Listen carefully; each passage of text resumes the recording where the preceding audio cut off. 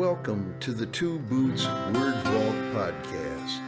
In this episode, I give you the essay that I presented to the 40th Minnesota Men's Conference.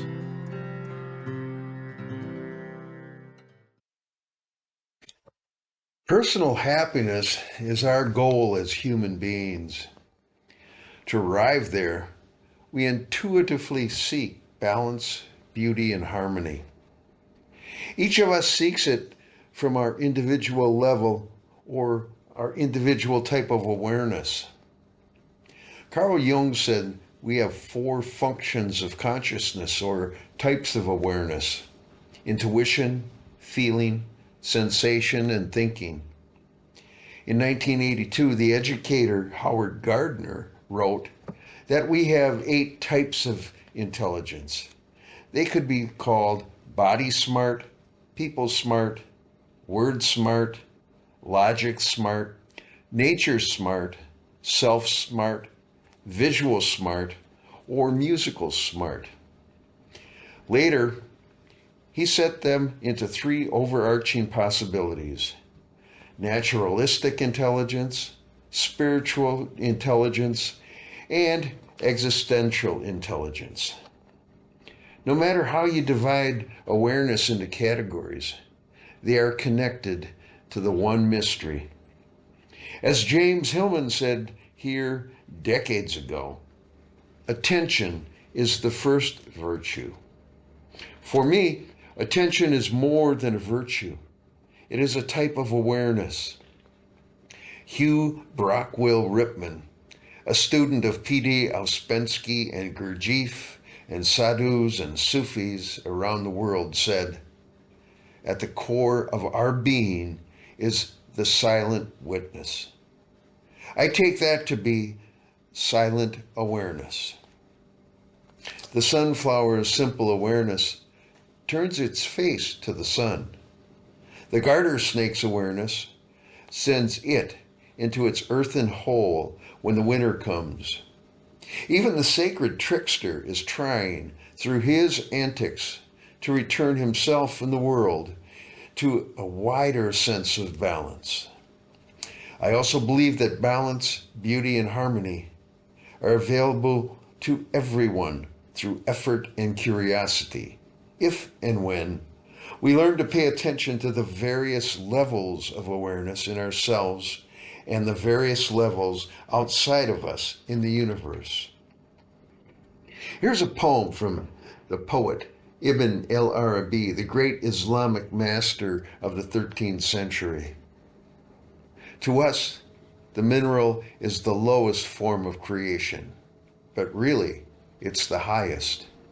It has no eyes, no ears, neither nostril nor skin, and not our idea of a mind.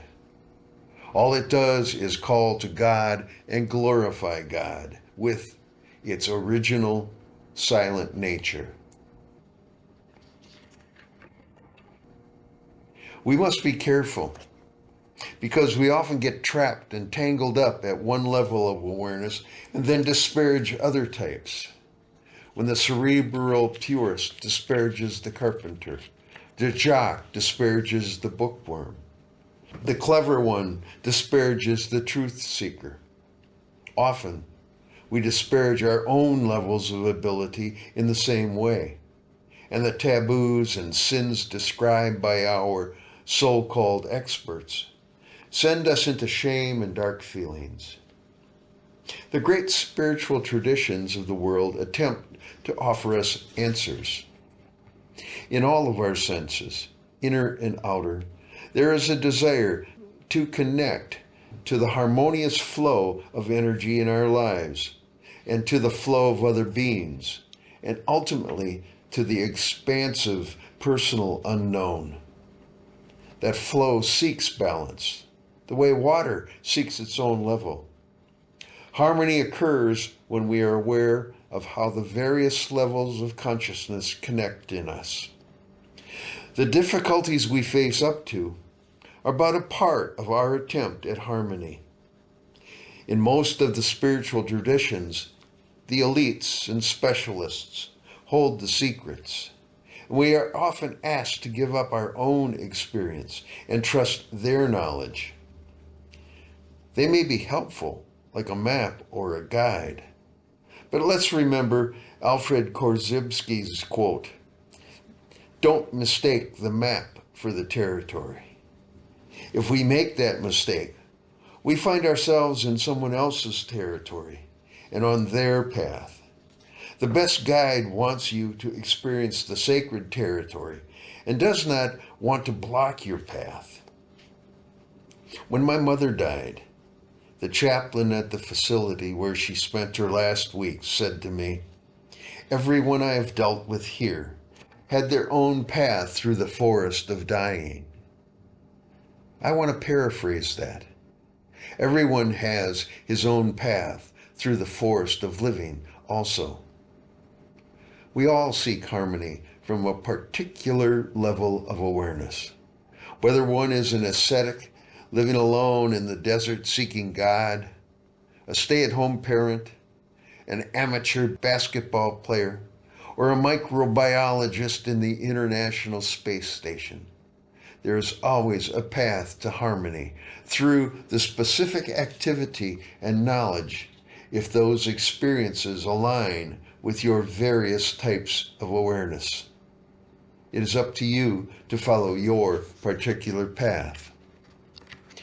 I was raised Roman Catholic, and I took its belief system seriously until I asked why the church opposed contraception.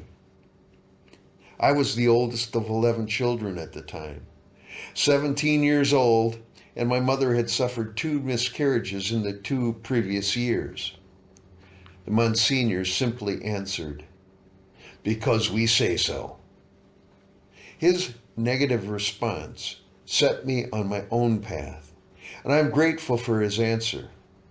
I knew I had to trust my own mind's choices. For me, maturity was learning to connect my cerebral awareness with the other types of various awareness, my physical senses, and the unseen levels inside of me. From the simplest attention to the complex cerebral activities, we learn to connect with the world around us and the unseen beyond. At each step, we seek balance, beauty, and harmony on a widening and deepening scale. If we ignore the differences between the levels and the modes of awareness and depend only upon one type of awareness, we get trapped, and our soul's various levels are in disharmony, ugliness, and imbalance. As I began college, my working class father worried that I would lose my faith, as so many of his peers did when they were exposed to new beliefs and experiences. Little did he know that eventually he, too, would question his beliefs and the authorities from whom he sought guidance. Even experts become trapped by their cerebral explanations, and we must continue to question their expertise when our experience is different from theirs. At the university, I began to question, sometimes aloud, sometimes silently, the teachings I was given. I specifically recall a Shakespeare class where the professor focused on a Shakespearean dilemma of mixed emotions. I told him that I didn't believe in the binary he offered, and he was only somewhat accurate. From my own experience and conversations with my father, the feeling expressed in the play was its own specific emotion, not 2 conflicting emotions. The protagonists and the professor's intellect struggled to grasp the new emotional experiences with old habits, and he was trapped in the binary mind. The professor's ego tried to constrict and dissect the feeling into a binary of 2 labeled emotions. The intellectual sense got in the way of the larger bodily life flow. Shakespeare understood, whether intuitively or intellectually, that the protagonist's discomfort was a unique emotion, the bodily expression of movement through the forest of the dilemma. Our emotions, like our bodies, need struggles in which to grow and be strong. Whether in tragedy or comedy, movement is the living thread. Here I want to quote words given me by Martin Prechtel, which he said came from an old cowboy in New Mexico. Quote, "If you want a strong horse, pasture him on a hill," unquote. All the horse's muscles strengthen as the horse grazes in different positions. Emotional hillsides offer the same strengthening process. I always like to find poems that support my thoughts. So here's a poem by William Stafford, written August 2nd, 1993, 3 weeks before he died. The way it is. There's a thread you follow. It goes among things that change, but it doesn't change. People wonder about what you are pursuing. You have to explain about the thread, but it is hard for others to see. While you hold it, you can't get lost. Tragedies happen, people get hurt or die, and when you suffer and get old, nothing you do can stop time's unfolding. You don't ever let go of the thread. What if that thread is a braid of multiple awarenesses, or an underground river? A more appropriate metaphor may appeal to you. As I studied literature, I kept returning to the poets for insight, and I wondered at which level of awareness they were writing. They all had a different preference. By the time I went to graduate school, I found that poetry was a path that aided my access through the wild forest of my living. I delved into my own mind, my body, my experiences and relationships. I dug into the worlds around me, the political, the natural, interpersonal worlds, and the unseen. By studying poetry and writing poetry, and relying on what the great poets wrote, I used poetry, my own and others, as my spiritual practice, the way theologians use their sacred texts. In a seminar on the prose poem in America, I was introduced to Robert Bly and Juan Ramon Jimenez, the 1956 Nobel Prize winner for literature, and an exile from the Spanish Civil War. At that time, I felt closer to Jimenez's work than to Bly's work. In his prose poems, Jimenez wrote intimately and beautifully about all types of people, especially in his book, Platero y Yo, short prose poems on his life with his donkey, Platero, and the relationships they developed with all the people in his town of Moguer.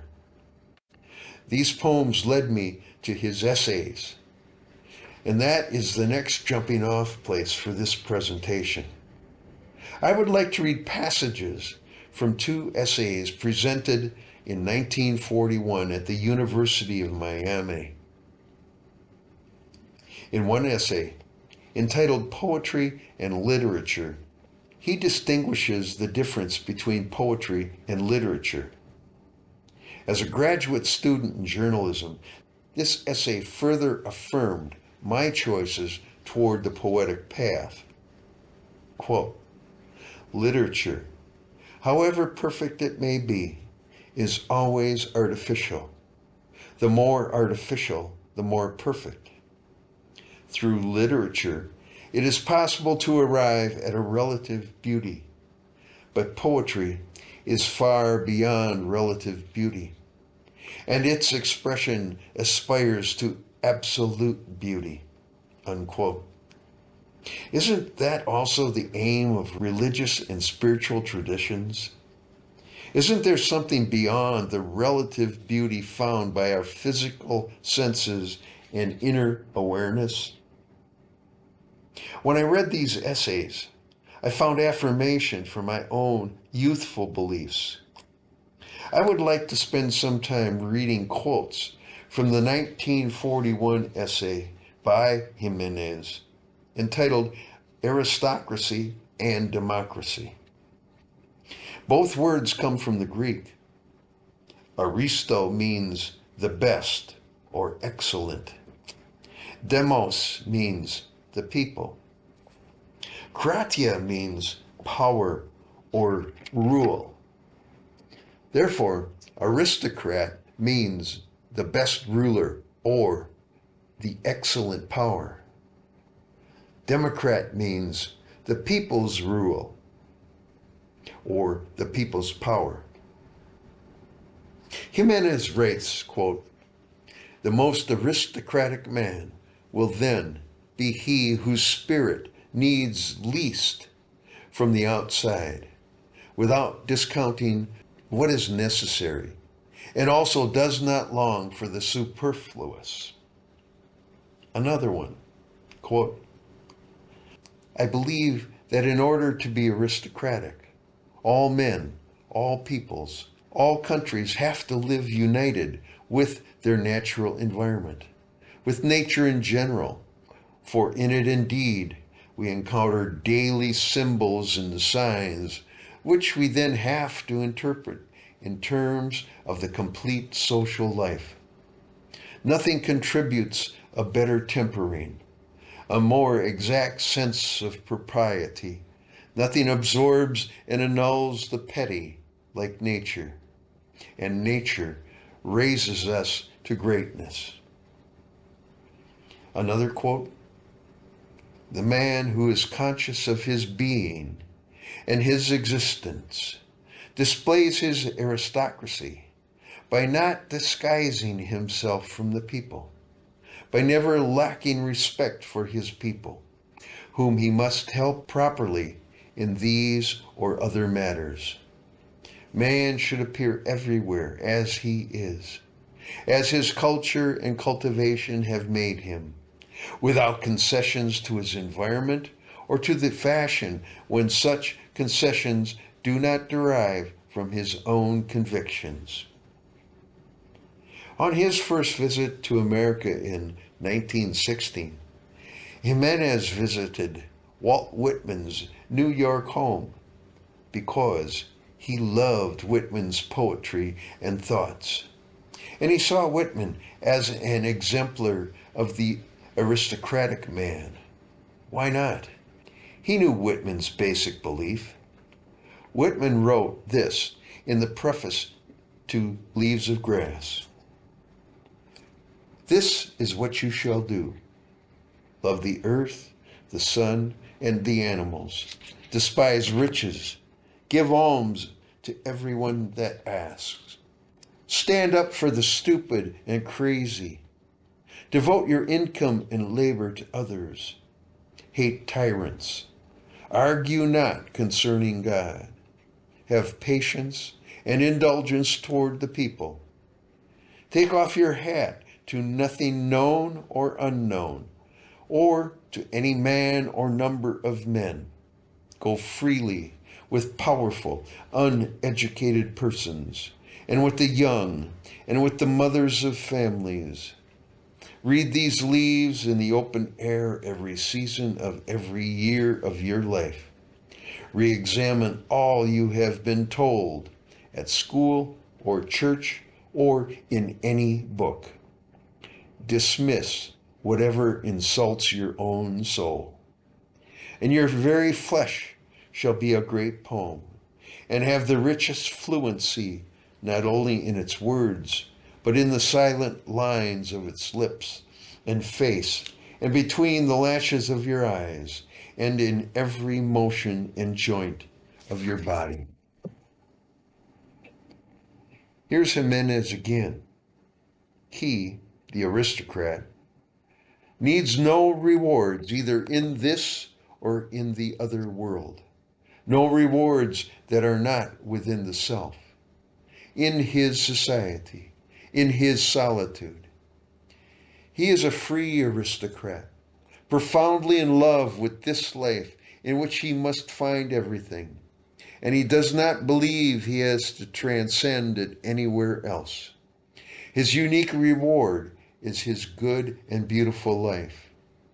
A mountain, a hand, a star.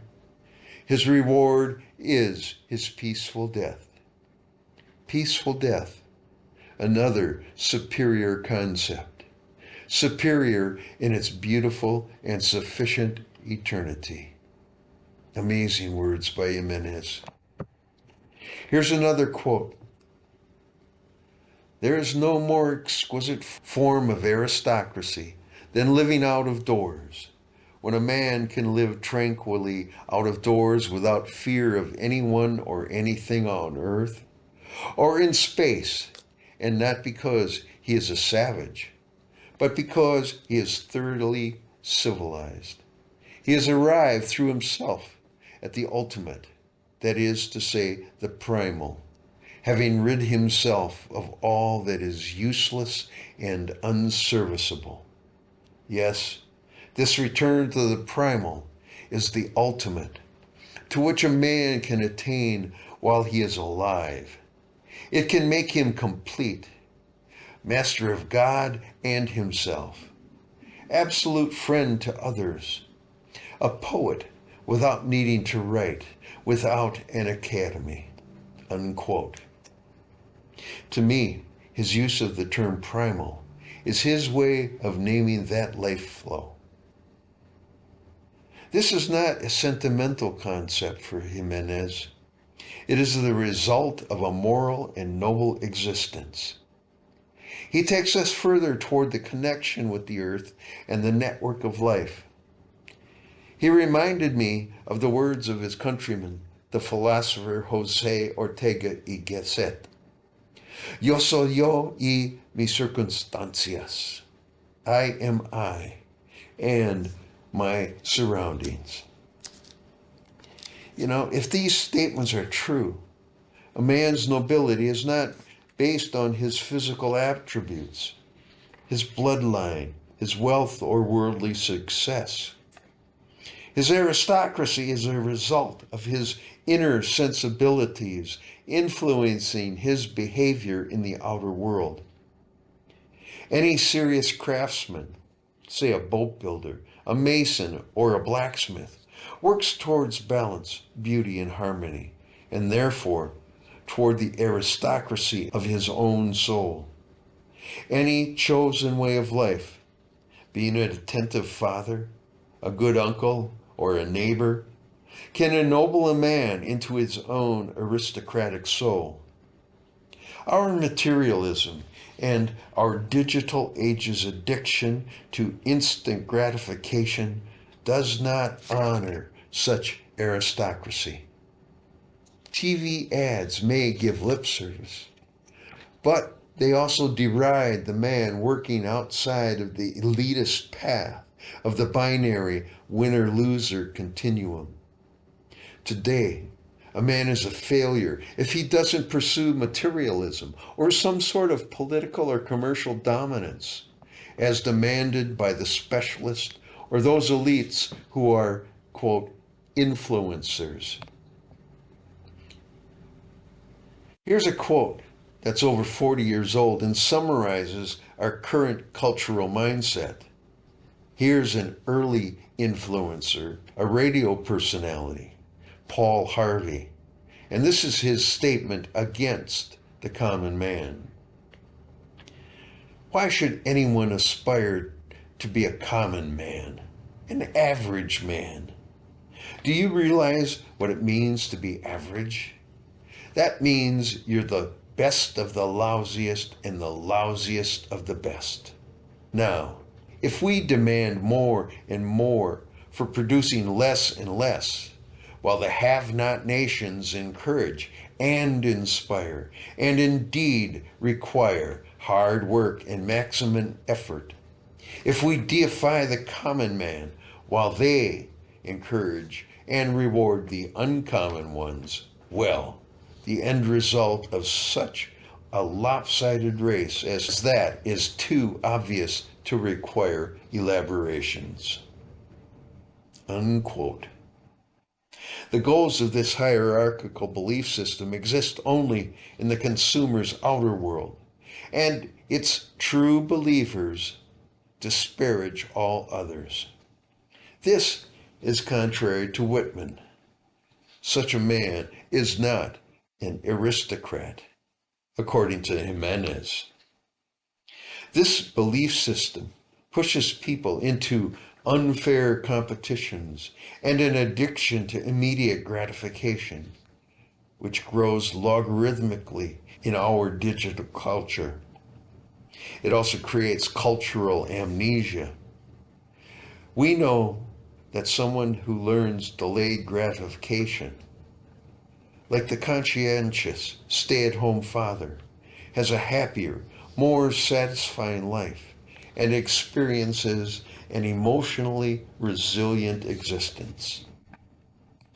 Let's look at the craftsman, the artisan. The true craftsman is not only interested in perfecting the process of his craft, but more importantly, finding and knowing where his work is in harmony with the wider world. Let's say he wants to connect with the verb, God. Not the noun God, but the ever-moving, everlasting source of existence. Or, as the ancient Chinese call it, the Tao. When one understands the connections to the Tao in the various levels of awareness, vitality itself provides balance, beauty, and harmony. I want to read this poem by Chuang Tzu, translated by Thomas Merton. It's entitled, Cutting Up an Ox. Prince Wenwei's cook was cutting up an ox. Out went a hand, down went a shoulder. He planted a foot, he pressed with a knee. The ox fell apart with a whisper. The bright cleaver murmured like a gentle wind, rhythm, timing, like a sacred dance, like the mulberry grove, like ancient harmonies. Good work, the prince exclaimed. Your method is faultless. Method, said the cook, laying aside his cleaver. What I follow is Tao, beyond all methods.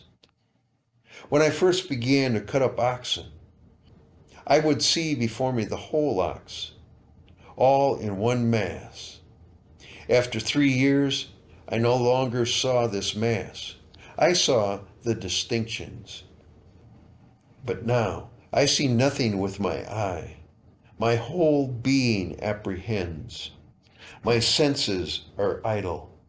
The spirit, free to work without plan, follows its own instinct. Guided by natural line, by the secret opening, the hidden space, my cleaver finds its own way. I cut through no joint, chop no bone.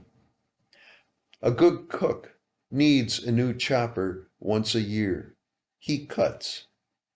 A poor cook needs a new one every month.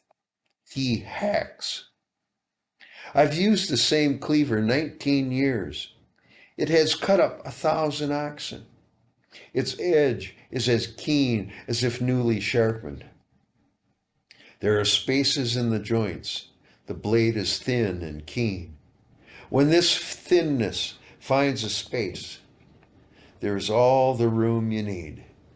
Hence, I have this cleaver 19 years as if newly sharpened. True, there are sometimes tough joints. I feel them coming. I slow down. I watch carefully, hold back, barely move the blade, and whoomp, the part falls away, landing like a clod of earth. Then I withdraw the blade. I stand still and let the joy of the work sink in. I clean the blade and put it away. Prince Wenhui said, "This is it. My cook has shown me how I ought to live my life."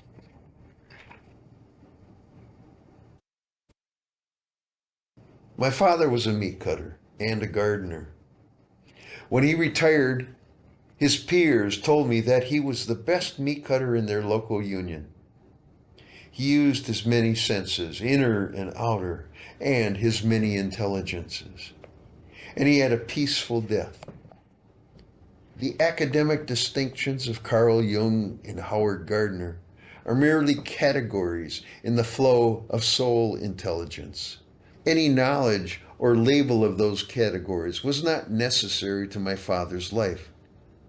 He found his own categories. At the end of his life, he had joy and satisfaction, and he knew that his participation in the wider world added something beautiful and harmonious to his people and his own life. That was the mark of his nobility, his aristocracy. Of course, we had our moments of friction, our occasionally emotionally raw conflicts, but not in the last decades of his life. I want to quote Lao Tzu from the Tao Te Ching, one of the first non-textbooks I bought as a young adult. Then I'll read a poem from my dad.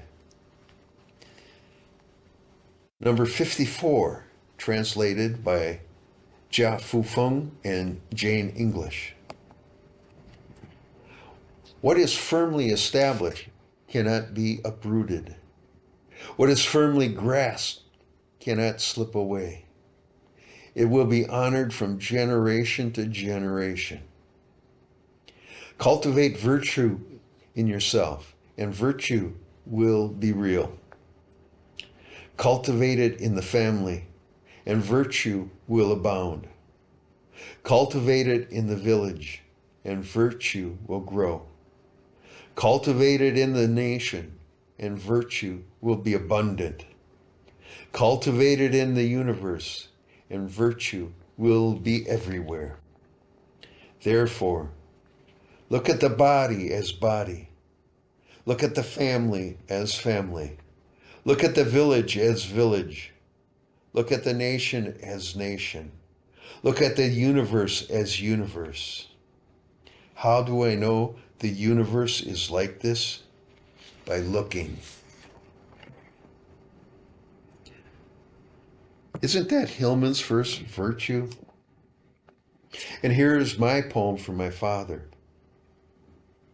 My father followed the way after Tao Te Ching number 54. My father followed the way, but he didn't know where he was going. He cultivated his virtues, but he didn't know what his virtues were. He knew his tomatoes, and when he cultivated his garden, he told his younger neighbor, "It's the soil, it's life and death and sex." He didn't have to know more than that. He followed the way of his garden, and he shared his abundant tomatoes with everyone, even the nuns and the priest. What about adulthood? In this conference, we're looking at the Iron John tale. This is a tale about entering adulthood, but it is also a tale about how to be an adult. The wild man guides the youth. Was he in the pond on purpose in order to meet the boy in the messiness of life? Is he leading the boy to adulthood by allowing him to experience difficulties as they arrive? Good elders and mentors do that. Remember, conscientious child rearing and mentoring will not abide egocentrism. These days I hear the Iron John story as an old man. Behind the story We don't know what the wild man is doing, just as youth do not know what adults do in conscientious adult age. At my age, I have a darn good idea. In Iron John, the boy must learn to use his many types of awareness. Today, if we don't have a satisfying career, or we're not a celebrity, or succeeding materialistically, we are a failure in life. The push toward immediate gratification is growing logarithmically, whether from fear or other expectations, such as the zero-sum mentality. We know that at a deeper level, someone who learns delayed gratification, like the conscientious adult, has a happier, more satisfying life, and is also emotionally more resilient. When a man works within the experiential bounds of family, community, and his connectedness to all life, he gains interior growth, which benefits him and the outside world. One's existence as an adult is a complex relationship to the mess we know as life. Our indigenous neighbors and cultural elders say, all my relations. I'm suggesting that there is a spiritual dimension to the role of father, uncle, or brother, where a man knows that he has a balanced and beautiful awareness of his individual needs within familial, communal, cultural, and planetary needs. When I look back at my ancestors, I am connected to them, biologically and psychically. My son is connected. My granddaughter and grandson are connected. Any great-great-grandchildren will be connected. And there is a spiritual dimension to those connections that our celebrity-infused culture is still refusing to celebrate. A man who is aware of his role and accountable for his actions will always grow spiritually. He becomes aware that he is a spiritual entity in a string of entities, and he is neither more important nor less than one of his ancestors or his descendants. His life is a node in the endless climbing vine of existence. At times, that vine is thrown downwards. At other times, it grows sunward. Sometimes it merely coils on the earth. Divinity is felt when an awareness of life, spiritual and sensual, permeates and flows through the web of his relationships. Just like the aware craftsman or master poet, a man can find a connection to the divine by consciously working at his role within his family, community, or tribal entity. Indigenous people across the globe knew this long before Western European values began to dominate the social and commercial worlds. The flesh and blood of a man, the emotional energies inside of him, and his access to spiritual mysteries depend upon his awareness at all the levels of his existence. Then he is aware of the interdependency of all living things, and things that once lived and those that will live. I would like to end with a poem by the Canadian Alden Nolan, whom I believe to have been a true aristocrat. Great things have happened by Alden Nolan. We were talking about the great things that have happened in our lifetimes.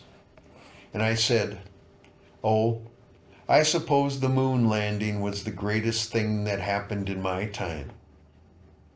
But of course, we were all lying. The truth is, the moon landing didn't mean 1/10 as much to me as one night in 1963, when we lived in a 3-room flat in what once had been the mansion of some Victorian merchant prince. Our kitchen had been a clothes closet, I'm sure, on a street where by now nobody lived who could afford to live anywhere else.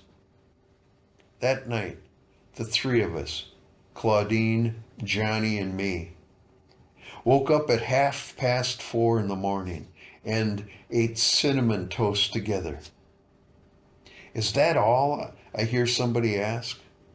Oh, but we were silly with happiness.